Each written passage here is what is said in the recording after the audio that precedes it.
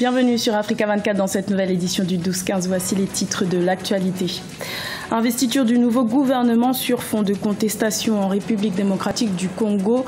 Certains élus de l'opposition ont exprimé leur mécontentement en perturbant la plénière.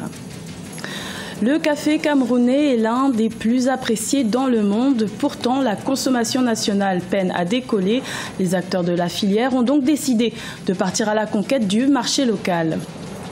Le Nigeria fait face au défi de la scolarisation. Près de 40% des enfants de moins de 10 ans seraient déscolarisés et souvent en proie au phénomène de radicalisation religieuse. En République démocratique du Congo, le nouveau gouvernement a été investi ce mardi 16 mai sur fond de contestation au Parlement. Les membres du RDR, regroupement des députés du Rassemblement, ont manifesté leur mécontentement envers le Premier ministre Bruno Tshibala. À coups de sifflet et de vuvuzela, les élus de l'opposition voient en la nomination de Bruno Tshibala une violation de l'accord politique du 31 décembre 2016. Écoutons à ce propos le président du groupe parlementaire UDPS et alliés. Nous sommes en train de manifester contre cette imposture, contre cette forfaiture, parce que, comme vous le savez, M. Bruno Tshibala, il n'est ni de Rassemblement, ni de l'UDPS. Et comme ils font référence à l'accord, en principe, ils ne pouvaient pas nommer M. Bruno Tshibala. Et l'investiture, ça signifie carrément mettre à la tête de la République un tricheur, une bande de tricheurs qui vont venir pour piller la République. Également dans l'actualité, en Tunisie, les autorités ont décidé le 16 mai de prolonger l'état d'urgence d'1 mois en raison de la poursuite de la lutte contre le terrorisme. Cette mesure d'exception était entrée en vigueur depuis 1 an et demi suite à l'attaque du 24 novembre 2015 contre la garde présidentielle qui avait fait 12 victimes. Le café camerounais est classé parmi les meilleurs au monde. Pourtant, la consommation locale peine à décoller. Chaque année, le Cameroun produit près de 20 000 tonnes de café, mais seuls 10% seraient commercialisés sur le marché national et 2% seraient consommés. Les explications de ce faible ratio avec Clément Joël Soala.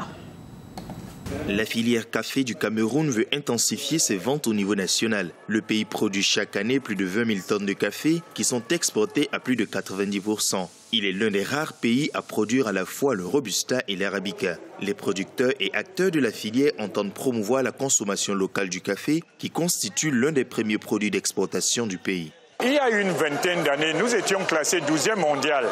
Aujourd'hui, nous n'existons plus dans le classement, mais le dynamisme de la filière caféière continue de se manifester à travers une quinzaine de torréfacteurs qui développent la transformation locale. Ces 10 dernières années, la production du café au Cameroun a chuté à cause de l'insuffisance d'investissement et de mauvaises pratiques agricoles. Le gouvernement a depuis quelques années pris des mesures pour booster la filière. Il annonce pour très prochainement un investissement de 21 millions de dollars dans le secteur pour augmenter la production à 100 000 tonnes. Le Cameroun possède des terres fertiles, une longue tradition de production de café, une bonne connaissance du produit par les producteurs, une production diversifiée, de bonnes structures de manutention et de traitement du produit, des industriels et transformateurs rompus à la tâche. Mais il reste tributaire de l'international pour ce café dont il pourrait devenir le premier consommateur. Le Cameroun a exporté 24 500 tonnes de café au cours de la saison 2015-2016. En raison de la faible consommation locale, les torréfacteurs dépendent des acheteurs étrangers.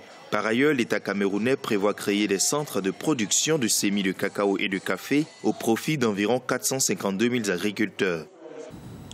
Le Nigeria cherche à éradiquer le phénomène d'enfants des rues. Selon les Nations Unies, près de 40% des enfants âgés de moins de 10 ans ne seraient pas scolarisés et ce taux serait plus élevé au nord du pays où les enfants sont souvent contraints à la mendicité, ce qui inquiète les autorités. Deogracias Podo. Au Nigeria et plus particulièrement dans la partie nord du pays, le phénomène Al-Majiri devient de plus en plus inquiétant pour les autorités locales. Ces enfants, essentiellement de jeunes garçons, sont contraints à la mendicité pour subvenir à leurs besoins quotidiens. La majorité d'entre eux ont moins de 15 ans et n'ont pour principal objectif que l'apprentissage et la recherche de connaissances dans l'islam. Contrairement au système scolaire classique, les Al-Majiri apprennent donc à réciter et à mémoriser le Saint-Coran et autres enseignements religieux. Nous marchons dans les rues et nous prions pour qu'on nous donne à manger. Notre tuteur nous a interdit de rencontrer ou de parler à des étrangers. Il nous a dit que ce n'est pas bien parce que certains d'entre eux peuvent nous voler.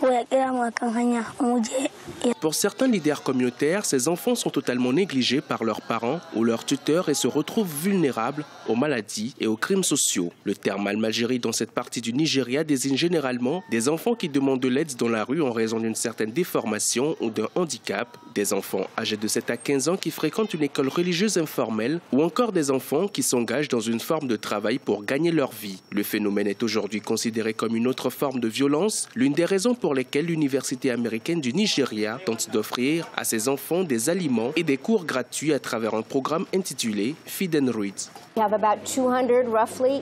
Nous avons environ 200 enfants dans chaque programme. Certaines bonnes volontés se sont présentées pour nous appuyer, mais les chiffres ne semblent pas diminuer. Les enfants sont toujours de plus en plus nombreux. Ce n'est pas un problème à court terme. Ce sont des enfants qui ont été abandonnés par leur famille. Selon les estimations du gouvernement nigérian, la région nord du pays pourrait compter environ 10 millions d'enfants almajiri en situation de vulnérabilité. Outre les abus à caractère sexuel et d'autres formes de violence physique, ils sont également des recrues idéales pour le groupe islamiste Boko Haram. Le tourisme africain représenterait 4% du tourisme mondial selon la Banque africaine de développement, une activité en progression. Les archéologues africains ont décidé de se mobiliser pour mettre les sites islamiques africains au service du tourisme. Siamlo Victoria Sidji. L'archéologie africaine au service du tourisme. Les archéologues de l'Afrique souhaitent stimuler l'activité touristique sur le continent en la rendant beaucoup plus lucrative. Au cours d'une conférence sur l'archéologie islamique à Bahreïn, dans le Golfe Persique, plusieurs experts africains ont souhaité que tous les sites islamiques soient répertoriés, ce qui pourrait favoriser l'essor du secteur. Au Maroc, par exemple, nous avons le site de Volubilis, un site célèbre reconnu par l'UNESCO. Nous y avons découvert des choses merveilleuses sur la transformation du régime alimentaire depuis le 8e siècle, mais aussi des formes singulières de sépulture, ce qui nous renseigne sur la propagation de l'islam très tôt au Maroc. Ce n'est pas le cas partout en Afrique.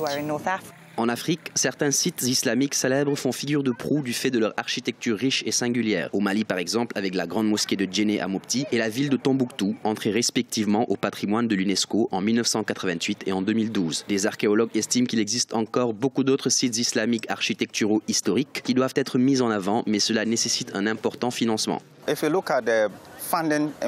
La question du financement est toujours problématique dans de nombreux pays africains et le Ghana n'est pas exclu. Si nous travaillons dans un musée, nous avons aussi besoin de fonds pour développer nos recherches. Or, la plupart du temps, nous devons compter sur nos maigres moyens ou même sur des appuis ou encore des chercheurs étrangers. Cela ne nous permet pas de bien travailler.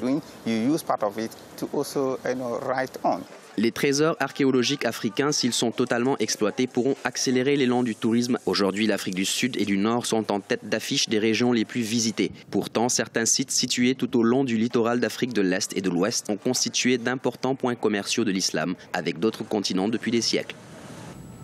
Ce journal a été réalisé par l'ensemble de la rédaction. Merci de votre fidélité.